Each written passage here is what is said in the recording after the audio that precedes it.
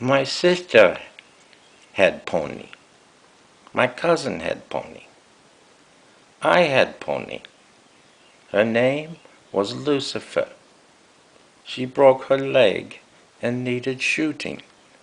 I swear it hurt me more than it could have hurted her. Sometimes I wonder what's going on with Miss X. She has such a sweet disposition that I never know what the poor girl's going to do to me next. I have new pony. She knows how to foxtrot, lope, and pace. She has great big hind legs, long black shaggy hair above her face.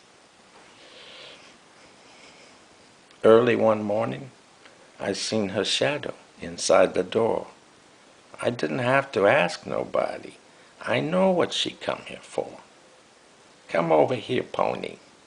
I want to climb one time up on you.